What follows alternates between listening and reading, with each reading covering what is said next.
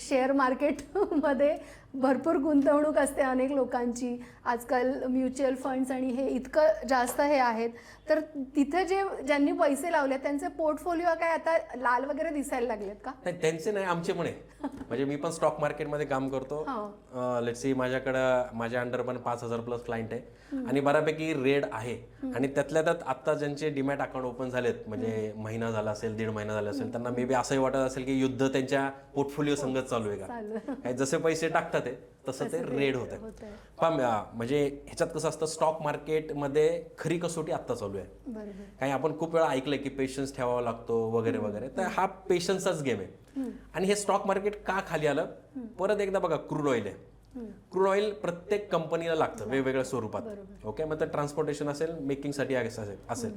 आणि ज्या वेळेस क्रूड ऑइलची प्राइस हाईक होते किंवा वाढते, म्हणजेच काय, रॉ मटेरियलची प्राइस वाढली.